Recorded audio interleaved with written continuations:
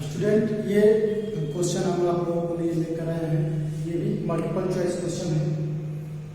इसमें दिया गया है कि find whether the following pair of linear equation is consistent और इनकॉन्सिस्टेंट। मतलब कि ये जो सिस्टम ऑफ इक्वेशन दिया गया है इसके बारे में बताना है कि ये कॉन्सिस्टेंट है या इनकॉन्सिस्टेंट है। स्टूडेंट, अगर यहाँ पे वर्ड को हमें समझना है कॉन्सिस्टेंट और इनकॉन्सिस्टेंट, तो कॉन्सिस्टेंट का मतलब हो गया किस तरह के सिस्टम ऑफ इक्वेशंस जिनमें हमें कम से कम एक सॉल्यूशन मिले, उनको हम कॉन्सिस्टेंट बोलते हैं। और जिनका कोई भी सॉल्यूशन नहीं होता है वो इनकॉन्सिस्टेंट होता है। इससे जुड़े हुए कंसेप्ट, मतलब कि इस कंसेप्ट पर बेस्ड है। तो इसमें जो होता है कि कॉन्सिस्टेंट और इनकॉन्सिस्टेंट के लिए जो होते हैं तीन कंडीशन होते हैं, जिसमें से दो कंडीशन में जो इक्वेशन ऑफ सिस्टम होते हैं वो कंसिस्टेंट होते हैं, और एक ऐसा कंडीशन होता है जिसमें सिस्टम ऑफ इक्वेशन कंसिस्टेंट नहीं होते हैं। अब अगर इसका हम सोल्यूशन देखें स्टूडेंट, सबसे पहले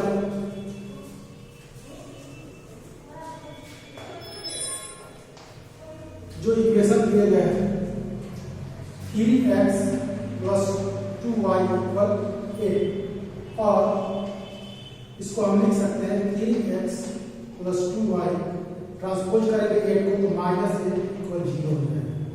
यहाँ पे सबसे पहले जो इक्वेशन दिए गए हैं उसको हम जो लीनियर पेयर के इक्वेशन का फॉर्मेशन होता है ax + by + c के फॉर्म में उसमें हम लिख लेंगे। यहाँ पे देखेंगे हम a का वैल्यू क्या है, यहाँ पे a = 3 हो जाएगा, b = a1 लेंगे, a1 = 3, b1 = 2, c1 = -8। फिर इसी तरह से यहाँ पे अगर दूसरा इक्वेशन लेते हैं, ये इक्वेशन 1 हो गया, ये इक्वेशन 2 हो गया। सेकेंड वाला ये 6x - 4y, और उसके बाद है = 9। अगर 9 इधर ट्रांसपोज करते हैं तो यहाँ पर स्टूडेंट हो जाएगा 6x - 4y - 9 = 0। यहाँ पर ये भी फॉर्मेशन हो गया।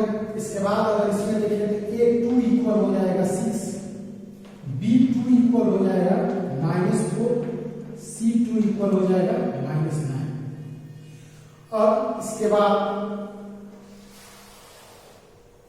हम यहाँ से आसानी से पता कर सकते हैं कि ये जो सिस्टम ऑफ इक्वेशन है कॉन्सिस्टेंट है या इनकॉन्सिस्टेंट है।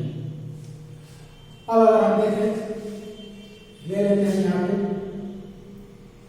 a1/a2 का अगर हम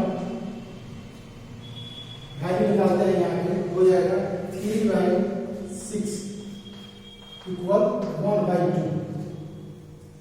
ठीक इसी तरह से b1/b2 देखें तो यहाँ पर हो जाएगा b1 का जो वैल्यू है वो 2 है, और b2 का वैल्यू जो है -4 है।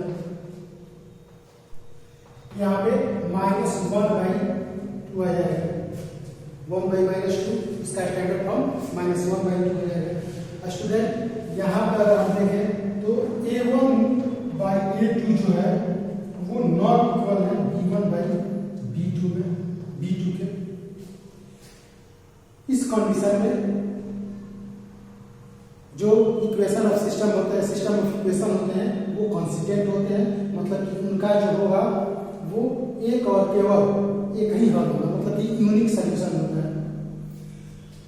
जब इनका ग्राफ हम बनाएंगे उस टाइम में दोनों इक्वेशन के जो ग्राफ होंगे इस तरह से एक पॉइंट पे एक दूसरे को इंटरसेक्ट करेंगे। इसके साथ स्टूडेंट ये वाला जो क्वेश्चन था उसका मतलब कि ये सॉल्यूशन हो जाएगा। यहाँ पे दिस सिस्टम इज कॉन्सिस्टेंट, यहाँ पर हम लिख सकते हैं this pair of solution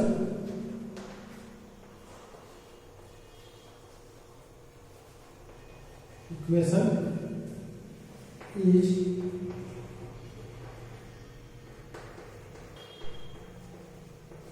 consistent.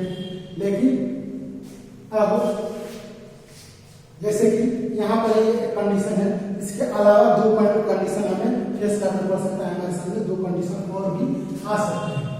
उस कंडीशन में क्या क्या होता है,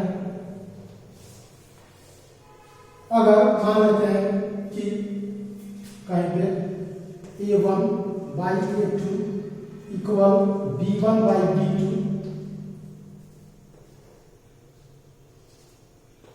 इसके इक्वल में आएगा C1 by C2।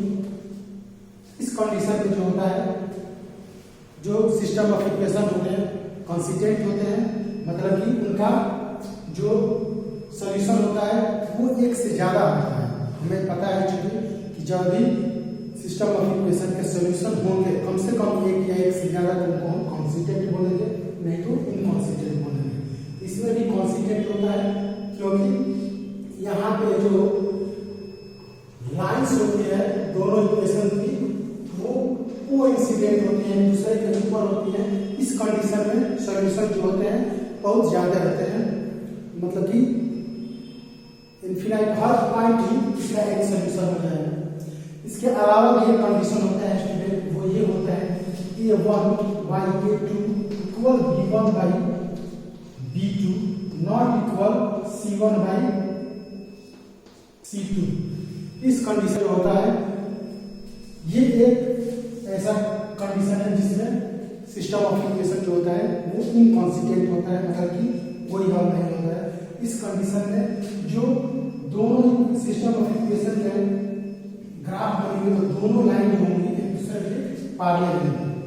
जब दोनों लाइन एक दूसरे के पैरेलल होंगी इस कंडीशन में कोई भी सॉल्यूशन नहीं दिखाएंगे। इस तरह से स्टूडेंट हम ये जो तीन कंडीशन है इनको अप्लाई करके हम आसानी से पता कर सकते हैं कि सिस्टम जो है ये कंसिस्टेंट है या इनकंसिस्टेंट है, या ये भी पूछा जाए इंडिविजुअली क्वेश्चन इसमें अलग से कि बताइए कि इसको सिस्टम ऑफ इक्वेशन का कितना हल होगा, यूनिक हल होगा या मेनी सॉल्यूशन होंगे या नहीं होंगे। इन तीनों को अप्लाई करके हम आसानी से पता कर सकते हैं। धन्यवाद स्टूडेंट।